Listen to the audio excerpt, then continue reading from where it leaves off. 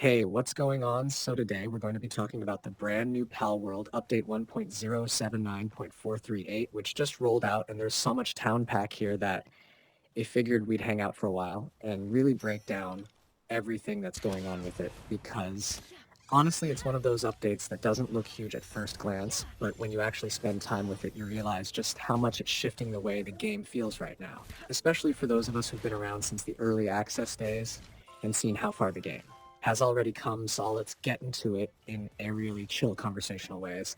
The first thing I noticed when booting up after the patch is that the stability is way smoother than before. Like, how sometimes you'd be running around your base with a couple of pals doing their thing, and out of nowhere, your frame rate would tank, or you'd get these weird micro stutters that just pulled you out of the experience. Well, that's noticeably better. Now, it feels like the devs finally put some serious time into optimizing what's happening under the hood, and Event Hoet it's technically labeled as a hotfix rather than some massive overhaul. You can immediately feel that the game is more stable. I tested it both on PC and console, and honestly, both felt smoother.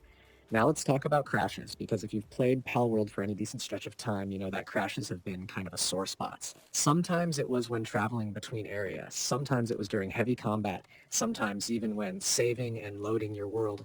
And those moments can be super frustrating because not only do you lose progress, but it's also just key. Else the flow of your session. This hotfix specifically mentioned addressing crashing issues, and I can honestly say I pushed it pretty hard to test it fast, traveling, running raids, spawning a ton of pals in combat scenarios, and it held up way better than before. So props to the devs for finally putting Aerial Dent in that one of the other subtle but really impactful change here is how performance feels when you're scaling up your base. A lot of people have been building these absolutely massive structures and Paul workstations and whatnot.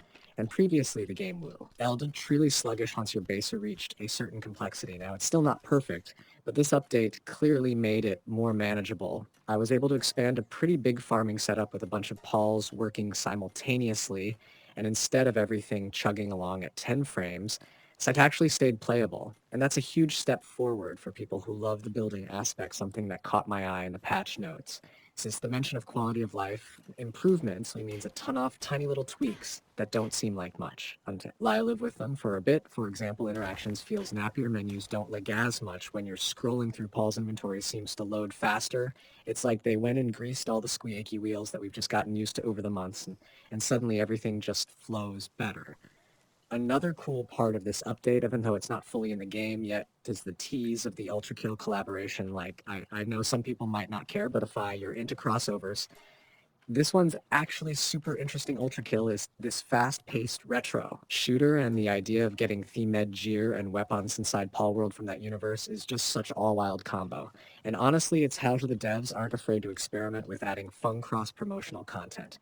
Now, this patch doesn't actually drop that content yet, but it confirms it's coming later this year, and that's the kind of thing that keeps people engaged because you know there's something fresh around the corner. But let's get real for a second because while hot fixes are nice, the community is always going to be split between people who just want more stability and those who want more content right now. And what's interesting with this patch is it seems to lean almost entirely on making the game more playable rather than stuffing in new creatures or items.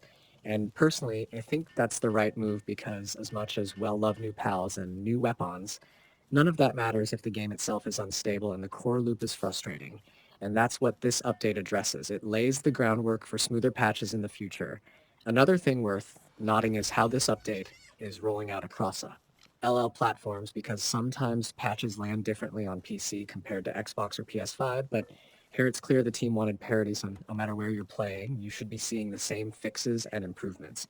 I checked a couple of community posts, and people on console are saying pretty much the same thing I experienced, which is fewer crashes, smoother performance, and better general stability. And that's important because Palworld is one of those games that has aerially wide audience across all systems, not just PC early adopters. And let's talk about how this fits into the bigger timeline because if you've been following the game, you know they already announced that the 1.0 full release is planned for 2026, and that might feel far away. But updates like this are proof that they're building towards something more polished and reliable every step of the way. Like they're not just letting the early access versions stagnate. They're actively sanding down the roughes and making sure by the time it hits, it's going to feel like a complete stable experience. I want to spend a moment talking. Gabo, how hot fixes like this actually change the way you play on a daily basis. Because sometimes it's not about flashy new stuff, it's about removing frustration points. Think about how much time you've loads after a crash, or how annoying it is when you're mid-fight and the game stutters enough to throw off your timing. Now that those things are getting ironed out, you can just focus on enjoying the gameplay. Whether it's exploring, catching pawns, building up your base, or just experimenting with different team comps for battle, it's freeing in a way you don't realize until it's gone. Also, this patch indirectly makes multiplayer feel better because stability issues hit even harder when you're playing with friends. Nobody wants to deal with disconnects or crashes in coop sessions. And while the notes didn't explicitly say multiplayer fixes the fact that the overall stability improved, means that those group experiences should naturally be smoother. And that's a big win for the social side of the game.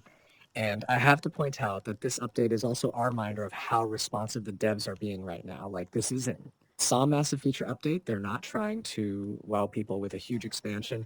Instead, they're listening to the core complaints the community has been voicing about crashes, performance drops, and clunky interactions, and they're fixing them quickly. That's the kind of relationship that makes people stick around because you feel like your feedback actually matters. So imagine where this puts us for the future. We've got stability addressed now.